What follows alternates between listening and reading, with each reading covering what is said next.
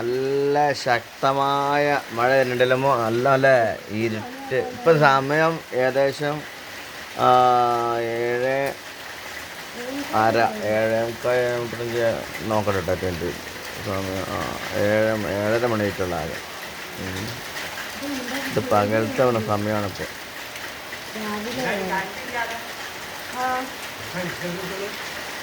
ഇതെന്തല്ലേ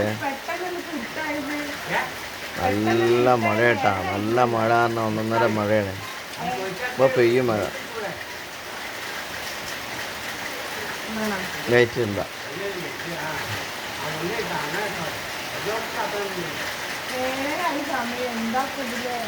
നല്ല മഴയാണ്. കുറ്റം മഴ വരുന്നുണ്ട്.